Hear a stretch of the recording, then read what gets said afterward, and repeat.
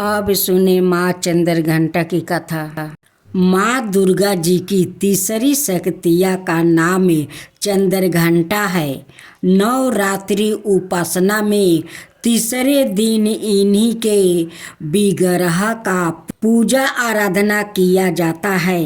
इनका यह स्वरूप परम शांतिदायक और कल्याणकारी है। इनके मस्तक में घंटे के आकार का अर्धचंद्र है। इसी कारण से इन्हें चंद्रघंटा देवी कहा जाता है। इनके शरीर का रंग स्वर्ण के समान चमकीला है। इनके 10 हाथ है। इनके 10 हाथों में खंडक आदि शस्त्र और बाण आदि शस्त्र विभूति है। इनका वाहन सिंह है। मुद्रा युद्ध के लिए उदित रहने की होती है।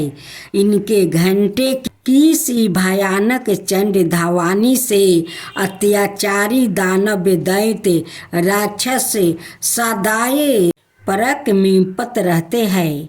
नवरात्रि की दुर्गा उपासना में तीसरे दिन की पूजा का अधिक महत्व है। इस दिन साधक का मन मणिपुर चक्र में प्रविष्ट होता है।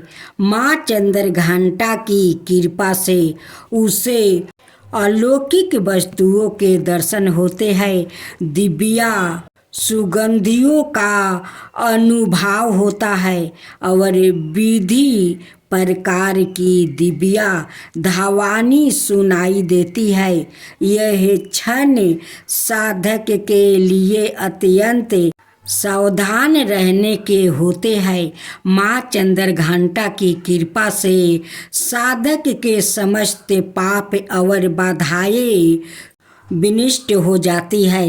इनकी आराधना सद फलदायी है। इनकी मुद्रा सदाए युद्ध के लिए अभिमुख रहने की होती है। अत भक्तों के कष्ट का निवारण यह अत्यंत शीघ्र कर देती है। इनका वाहन सिंह है और इनका उपवासक सिंह की तरह परिक्रमी और निर्भय होता है। इनके घंटे की धावानी सदा अपने भक्तों की प्रेत बाधा दी से रक्षा करती रहती है। इनका ध्यान करते ही शरणागत की रक्षा के लिए इस घंटे की धावानी निनादित हो उठती है।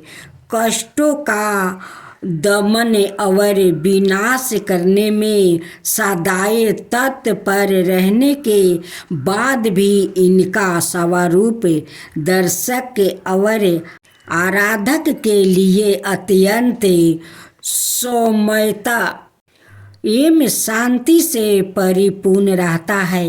इनकी आराधना से प्राप्त होने वाला एक बहुत बड़ा सर्द गुण यह भी है कि साधक में वीरता निर्भरता के साथ ही सौम्यता एवं विनम्रता का भी विकास होता है। उनके मुख नेत्र और संपूर्ण काया में कांति गुण की बुद्धि होती है।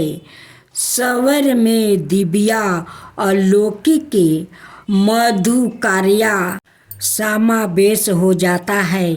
माँ चंद्रघंटा का भक्त और उपासक जहाँ भी जाते हैं लोग उन्हें देखकर शांति और सुख का अनुभव करते हैं।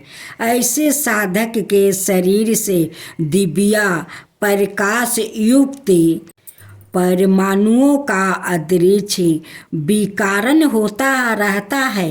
यह दिव्या क्रिया साधारण चक्षुओं से दिखलाई नहीं देती है, किंतु साधक और उसके संपर्क में आने वाले लोग इस बात का अनुभव भली भांति करते रहते हैं। हमें चाहिए कि अपने मन वचन कर्म एवं काया को विहित विधि विधान के अनुसार तुरंत पूरी शुद्ध एवं पवित्र करके माँ चंद्रघंटा के शरणागत होकर उनकी उपासना आराधना में तत्पर हो।